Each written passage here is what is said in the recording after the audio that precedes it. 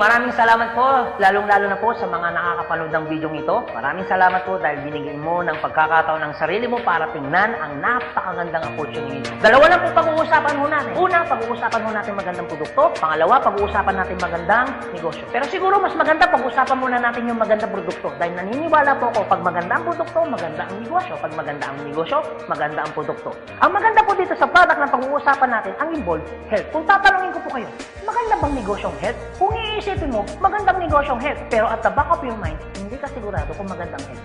Sige, tingnan natin. Kung tatanungin ko po kayo, importante ba sa tawang health? O sobrang importante? Alam mo kung bakit ko tinanong yan? Simple. Pag tinanggal ko ang tao, may health. Pag tinanggal ko naman ang health, may tao. Ngayon uulitin ko, importante ba sa tawang health?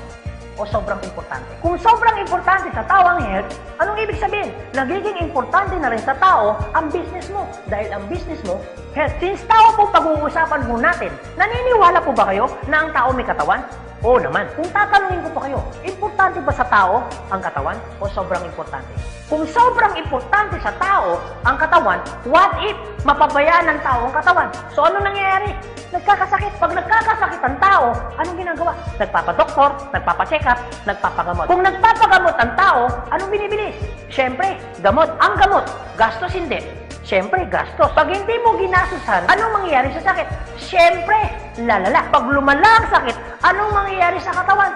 Siyempre, manghihina. Pag nanghina ang katawan, akala ng iba, katawan lang ang nagkakaproblema. Pero hindi na alam, apektado ang trabaho. Pag apektado ang trabaho, apektado ang kita. Pag apektado ang kita, ang pinaka-naapektuhan sa lahat, yung pamilya. Ang pinaka-malupit na naapektuhan pa sa tao, yung pangarap mo. Sabi daw nila, madali raw kitain ng pera pag masipag at matyaga. Opo, tama po, madaling kitain ng pera, basta masipag, matyaga. Pero ito naman sasabihin ko sa'yo, the moment na magkasakit ka, madali rin ubusin ng sakit ang pera mo. Lagi ko po ito sinasabi, anin mo ang limpak-limpak mong salapi kung punong-puno ka naman ng sakit. At ang pinakamahirap po dyan, wala nang ang pera, mahirap na nga, may sakit pa. Yun ang masakit. Since present ang sakit, ano ngayon ang gagawin mo para hindi magkasakit? Simple, wala ka ng choice. Uulitin ko, wala ka ng choice. Kailangan mo nang uminom ng food supplement. Alam kung bakit? Marami ng kumpanya ng tayo. Marami ng pharmaceutical ng tayo. At hindi naman nila i-inventoyin ang mga produktong yan kung hindi kailangan. Bakit? Kasi kailangan mo na talaga. Ngayon, pwede mo sabihin sa akin, teka lang Anthony, food supplement? Gastos yan eh. Opo, gastos nga ang food supplement. Pero ito naman sasabihin ko sa'yo, di bali nang gumastos ako, at least healthy naman ako. Bakit? Pag nakakasakit ka ba, ano bang ininom mo? Di ba gamot? O tanong, gastos hindi. Di ba gastos? Kung ikaw tatanungin ko, anong gusto mo? Gumagastos ka na healthy ka? O gumagastos ka, may sakit ka? Paras na gastos. Ang malupit mo niyan, every time na gumagastos ka, may sakit ka pa. Komportable ang katawan? Siyempre hindi. Sabihin na natin, gumagastos ka dito, at least healthy ka naman. Ang pinakamaganda sa lahat, bukod sa healthy ka na, business mo pa. Dahil business mo, kumikita ka pa. Ang pinakamaganda sa lahat, bukod sa healthy ka na, kumikita ka pa. Bukod sa kumikita ka na, healthy ka pa. Ano ngayon ang pakiramdam na bukod sa healthy at kumikita ka na, nakakatulong ka pa? Maganda o napakaganda? O sige, pag-usapan naman natin yung magandang negosyo. Maaaring nagustuhan mo yung product, maaaring bibili ka ng product. Pero ito yung totoo, gagawin mo kayong negosyo. Kasi bakit? Pag business ang pinag-uusapan, hindi naman kasi lahat ng tao business-oriented. Karamihan ng tao is career-oriented. Alam mo kung bakit? Marami kasing tao na pagdating sa business, ang dami niyang perspective. Alam mo isa sa mga perspective ng tao pagdating sa negosyo? Una, wala akong pera. Pwede mo sabihin sa akin, teka lang Anthony, wala naman akong pera. Kanina, nung pinapanood mong video nito, wala kang problema. Pero ngayon, may problema ka na. Ano? Pera. Pangalawa, ang maaaring problema mo, wala akong time. Pwede mo sabihin sa akin, teka lang Anthony, okay yung negosyo, kaso nga lang wala akong time. Walang kaso. Pero mayroong mas worse. Wala ka nang time. Wala ka pang pera. Pangatlo, maaaring itong problema mo. Teka lang Anthony, okay yung business, kaso nga lang hindi ko yan alam. Hindi ko yan hilig. Hindi ko yan linya. Ew. Pero ito yung totoo. Marami naman tao sa labas na ginagawa niya linya niya, ginagawa niya hilig niya. Pero tanong, kamusta ang buhay? Sabihin na natin hindi mo to hilig. Sabihin na natin, hindi mo rin niya. Pero ito sasabihin ko, kung ito naman ang magpapabago ng buhay mo, bakit hindi mo siya ninihin? Pang-apat, maaaring ito isa sa mga problema mo. Teka lang Anthony, okay ang business, kaso nga lang, risky yan. Naku, malulugi lang ako. Ang pinakamalupit, hindi mo pa tinatayo yung negosyo mo, feeling mo, lugi ka na. Ang matindi niyan, ano malulugi sa'yo? Di ba sabi mo, wala kang pera? Eto tanong, kung problema mo ang pera, problema mo ang oras, problema mo dahil wala kang alam, kasi iniisip mo baka malugi ka, ito sasabihin ko, hindi lang naman to ang una or pangalawang pagkakataon na pwede kang ma-involve sa business. Kung yan ang problema mo, bakit? Pagdating kayo ng panahon, yan pa rin kayo problema mo. Pag-usapan po natin ang life cycle. Naniniwala ka bang may life cycle? Oo naman, importante po ang life cycle. Kasi po, hindi po magiging balanse ang mundo pag walang life cycle. Isa sa mga dinadaanan ng tao na life cycle, yung pag-aaral. Kung ikaw magkakanak o magkakaanak pa lang, pag-aaralin hindi. Siyempre, pag-aaralin. Kawawa naman yung bata pag hindi natuto, hindi marunong magsulat, hindi marunong magbasa. Pagkatapos mag-aral, anong susunod? Siyempre, gagraduate. Pagkatapos graduate, anong susunod? Siyempre, magtatrabaho. Pero pansinin mo to. Meron po mga tao hindi nakapag-aral, hindi nakagraduate, pero nagtatrabaho. Bakit? Isa sa mga life cycle po na dinadaan ng tao, kailangan po magtrabaho. Etong tanong, gusto niyo po ba habang buhay nagtatrabaho? Siyempre, hindi. Gustuin niyo man po magtrabaho ng 60 to 65 years old, wala na ho kayong choice. Ang sasabihin ng boss mo, you're out. Bakit? Anong tawag ko doon?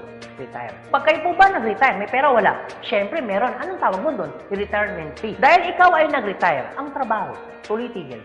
Siyempre, tigil. Pag tigil ang trabaho, ang sweldo, tuloy-tigil. Siyempre, tigil. Dahil tigil ang trabaho, tigil ang sweldo, ang gastos, tuloy-tigil. Siyempre, tuloy. Dahil tuloy ang gastos, ang retirement fee na pinaghirapan mo, maubos hindi. Siyempre, pwedeng maubos. Para hindi maubos ang perang pinaghirapan mo, anong gagawin mo? Maaaring nag-iisip mo ngayon kung ikaw nakakapanood ng video nito. Maaaring siguradong maiisip mo ngayon, business. Ito tanong. Kung papasok ka ngayon sa business para hindi maubos ang pera mo, teka lang, akala ko ba kanina, iniisip mo, teka lang Anthony, wala akong pera kasi mamumulan ako dyan. Pero sabihin ko, kung iniisip mo kanina, wala kang puhunan, mamumunan ka kasi, di ba ganun din dito? Mamumunan ka rin. Di ba sabi mo kanina, wala akong time? Kung iniisip mo na wala kang oras, bakit? Pagtungtong mo ng 60, 65, may oras ka ba ba? Sabi mo kanina, wala kang alam. Pero tanong, bakit pagtungtong mo ng 60, may alam ka? Buong buhay mo nagtrabaho, hindi nag-business. Dahil wala kang alam sa business, anong mangyayari sa pera mo? Siyempre, mauubos. Anong sense, nagtrabaho ko ng buong buhay mo, papasok ka sa business, dahil wala kang alam sa business, ang perang pinaghirapan mo, mauubos lang. Kaya marami pong mga tao nagre-retire, pumapasok sa business, still broke pa rin. Alam kung bakit? Kasi wala silang alam sa business. Kung ikaw ang nakakapanood ng video nito, huwag po kayo mag-alala. Kasi bakit? Later pa naman yan. Pero kung tatanungin kita, kung papasok ka lang naman pala sa business, anong gusto mo? Ngayon o later? Alam mo kung bakit ngayon? Simple. Pag ngayon mo ba inaral ang business, ngayon ka nag-decision mag-business, ngayon mo ginawa ang business, ngayon mo matututunan? Yes. Ngayon ka rin kikita? Yes. Pero pag later ka nag-decision mag-business, later mo ginawa ang mag-business, later kang pumasok mag-business, later mo inaral ang business, later mo matututunan? Yes. Later ka rin kikita? Yes. Kung papasok ka sa business, anong gusto mo? Ngayon o later? O sige Anthony, nagustuhan ko yung magandang negosyo, nagustuhan ko rin yung magandang produkto. Pero ito tanong, paano ko siya umpisan? Anong gagawin ko? Paano ako magiging membro ng AIM Global? Ganito po kasi yan. Una po, kailangan nyo pong bumili ng global package. Tanong, magkano naman ang global package? Ang global package po ay 7,980 pesos. Pero teka lang Anthony, mukhang yata ang laki. Opo, malaki po siya kung gastos. Malaki din po siya kung wala kang pera. Pero teka lang, kung negosyo ang pag-uusapan natin, 7,980, malaki o maliit? Alam niyo po, sobrang liit lang po niyan. Maaari pong malaki po ang 7,980 pesos kung hindi mo makikita yung value ng pera mo.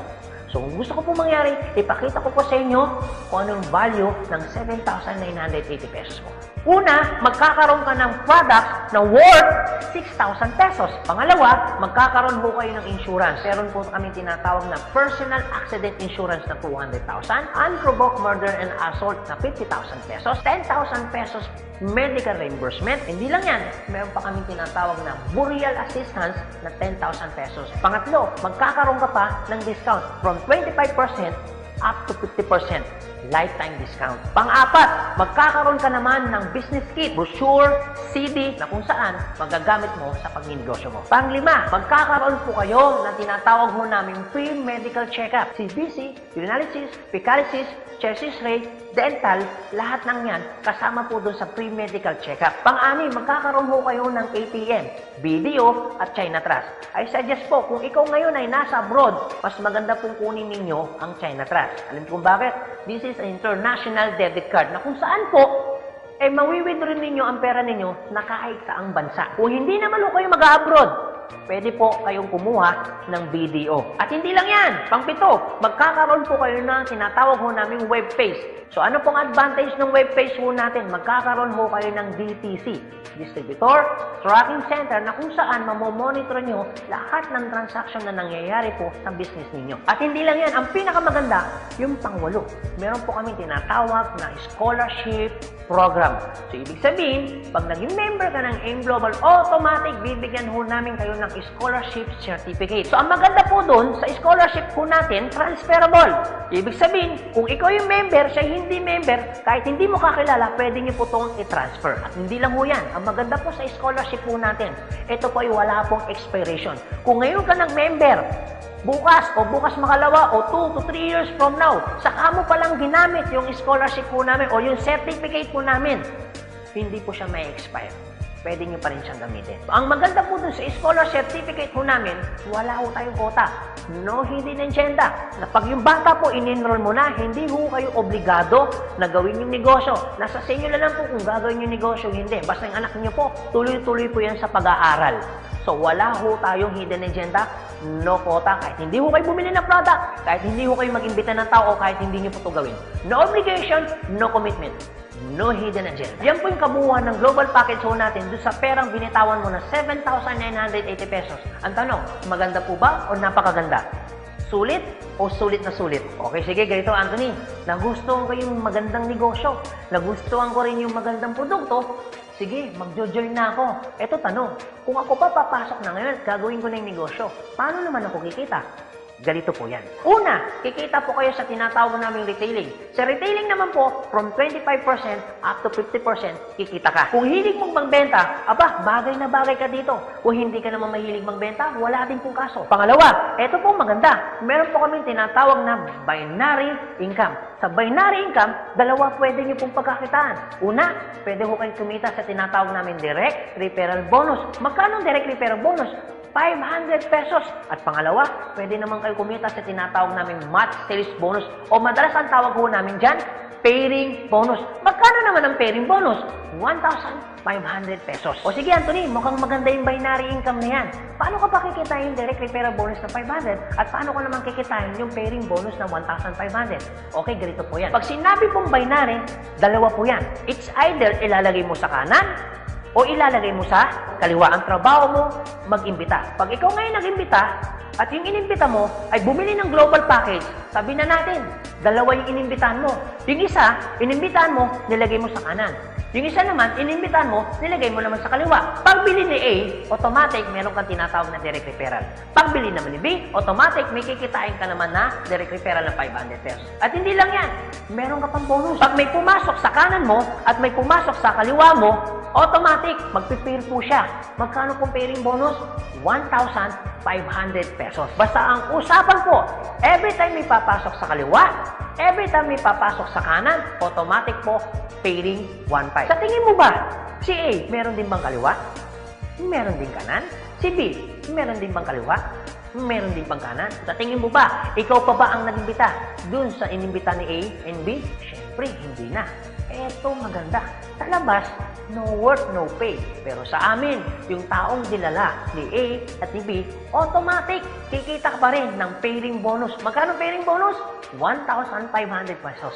Ibig sabihin, dalawa yung pumasok. Magkano po yun? So, ibig sabihin, kikita ka ng 3,000 pesos.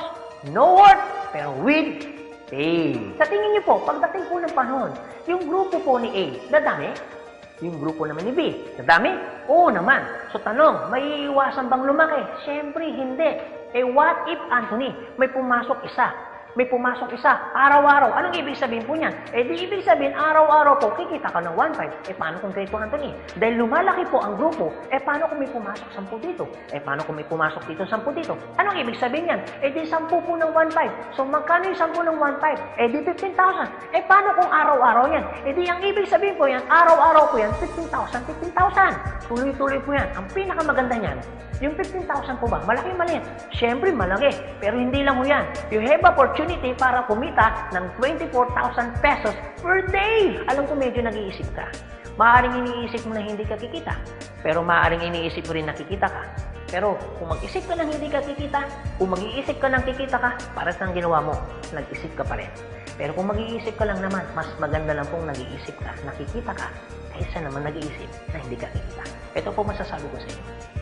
Kung gusto mo ng pagbabago sa buhay, dapat may baguhin ka. Pero pag wala kang binago, walang mababago. Ang tanong, gusto mo ba ng pagbabago sa buhay?